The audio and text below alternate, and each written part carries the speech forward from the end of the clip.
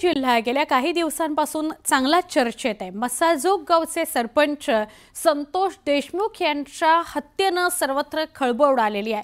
या हत्या प्रकरणात आता नवी माहिती समोर येते आहे। बुधवारी 5 पलंग आणले गेले आणि त्यापैकी एक पलंग गायब झालेला आहे। हे पलंग कुठे आणले तर या प्रकरणामध्ये ज्या आरोपींना ताब्यात घेतलेला आहे त्यांना जिथे ठेवलं गेलं होतं त्याच जेलमध्ये त्याच पोलीस स्टेशनमध्ये हे पलंग आले। त्यामुळे चर्चांना उधाण आलं। एकूण 5 पलंग आले। मग ते कराड आणि ज्यांना ताब्यात घेतलेले त्यांच्यासाठी आले का अशी चर्चाही सुरू झाली। आता 5 पलंगांपैकी 4 पलंगच दिसतायत, एक पलंग गायब आहे। त्यामुळे तो एक पलंग कुणाला दिला याची चर्चा सुरू झालेली आहे।